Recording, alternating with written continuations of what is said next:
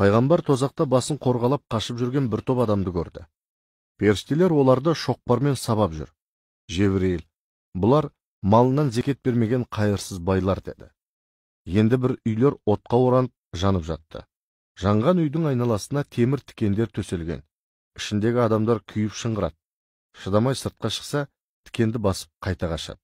Жебірейіл, бұлар ел жұртты мазақтап әжуалаған сайқы мазақтар деді. Енді біреулер жүк арқалап алыпты.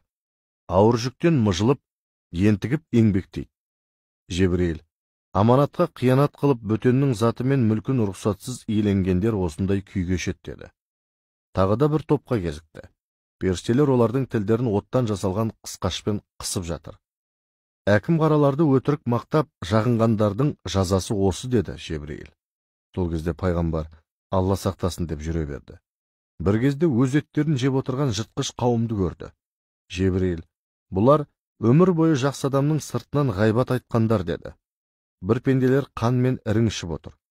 Арақ шарапқа құмар болғандар енді шөлдерін осылай қандырады деді Жебірейіл. Тілдері желкесінен шыққан доңыз бейнесіндегі адамдар жүрді. Бұлар сотта жалған куә болғандар. Тірісінде ағайын туыс дос жақындарының сойылын соғып, сотта жалған куәлік берген.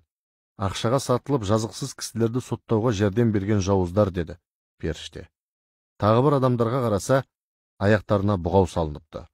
Бұлар парақорлар, билігін жеке мақсатына пайдаланып, пара алудан қолы босамаған деді періште. Біреулер от пышақпен бауыздалып азап шегіп жатыр. Бұлар нақақтан қан төккен қанішерлер деді періште. Пайғамбар тозақты одан әрі аралауға дәті шыдамады. Жүрегі ауырып, «Я Алла, үмбетімді бұлай қорлама» деп сәждеге бас қойды. Ұзақ жатып тамұқтағы адамдардың кешірілуін тіледі.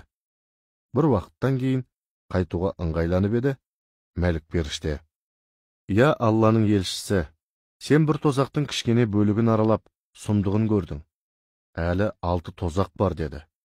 Сол кезде пайғамбар: «Алла ол тозақты маған да, үмбетіме де көрсетпесін» деді де мәлікпен қош айтысты.